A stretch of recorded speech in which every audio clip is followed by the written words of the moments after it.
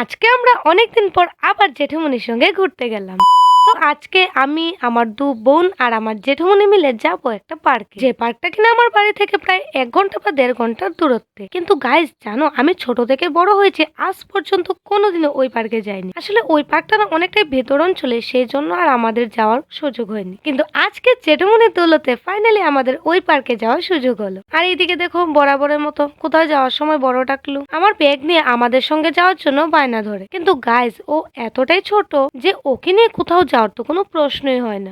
চল চল আয় আয় আয়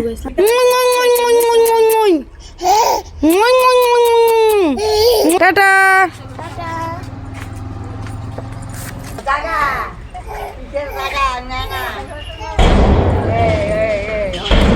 দেখো, ওকে ছেড়ে যেতে মনটা তো একটু খারাপ হয় ঠিকই, কিন্তু কি আর করবো বলো, ওকে ছেড়ে যাওয়া ছাড়া তো আর কোনো উপায়ই নেই। যাই হোক, তো ওকে বাড়িতে রেখে আমরা আতঙ্কবাদী হয়ে রওনা দিয়ে দিলাম। কারণ গাইজ, আমাদের এদিকে রাস্তার কাজ চলছে আর রাস্তায় এতটা পরিমাণে ধুলো যে আতঙ্কবাদী না হয়ে আর কোনো উপায় নেই। তো এইদিকে দেখো, আমরা গাড়ি থেকে নেমে পড়েছি আর এখন প্রায় আধা ঘন্টা রাস্তা হেঁটে গেলেই পৌঁছে যাব আমরা পার্কে। আর এইদিকে দেখো, চারিদিকের ভিউটা কি সুন্দর। সত্যি একটু ভেতর অঞ্চলের জায়গাগুলো না দেখতে খুবই সুন্দর থাকে। আর দেখো, আমরা হাঁটতে হাঁটতে পৌঁছে গেলাম আইটিআই কলেজে। আজ পর্যন্ত না আমি এই কলেজে শুধু নামটাই শুনেছি, কোনো দিনও এই কলেজে আসেনি। আর আজকে পার্কে যাবার পথে এই কলেজটা পড়ায়, আমি আজকে এই কলেজটাও দেখে নিলাম। আর কলেজটা দেখতে হয়তো এতটা সুন্দর না, কিন্তু এর চারিদিকের ভিউটা না জাস্ট অসাধারণ। তো এত সুন্দর ভিউ দেখে আমি একটা ট্রেন্ডিং ভিডিও করার ট্রাই করছিলাম, কিন্তু শেষ পর্যন্ত না এটা হয়নি। আর গাইজ, ওই যে দেখো, ওই জিনিসটা ঠিক কি ওটা কিন্তু আমার জানা নেই, তবে মনে হচ্ছে জুম চাষ করার সময় যেরকম আগুন দিয়ে সবকিছু পরিষ্কার করা হয় না, ওরকমই কিছু একটা হবে। তবে গাইজ, আমি ঠিক এটা বলতে পারবো না, তবে তোমাদের মধ্যে কারোর যদি এটা জানা থাকে কমেন্টে কিন্তু অবশ্যই জানিও। যাই হোক, তো আরো কিছুক্ষণ পর আমরা পৌঁছে গেলাম পার্কে। আর পার্কটা না